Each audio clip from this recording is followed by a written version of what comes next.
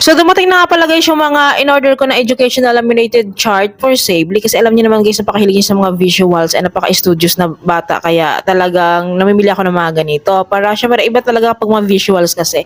And makikita niyo guys napakaganda ng quality niya. Ay isa sa pinaka-bet kong nabili dito guys itong CBC Words Chart kasi napakalaking bagay nito kay Safely kasi nga beginner siya sa pagbabasa and alam niya na talaga din naman basahin to and nakakasa talaga siya dito. Nirarambol niya yung mga words dito at alam niya talaga basahin. Kaya worth to buy talaga to guys. Ilalagay ko na lang guys sa comment section yung link nito para makita nyo guys yung shop na pinagbilang ko nito at marami kayong mapagpipilian dito guys. Mura lang talaga yung mga paninda nila doon. And anyways guys, kumuha rin ako at bumili rin ako ng time clock na laminated lang din. And meron din siyang pen guys na pwede isulat yung oras at minutes dyan para matuto din si Save kasi nito. And may pandikit siya guys kung gusto niyo siyang idikit sa wall.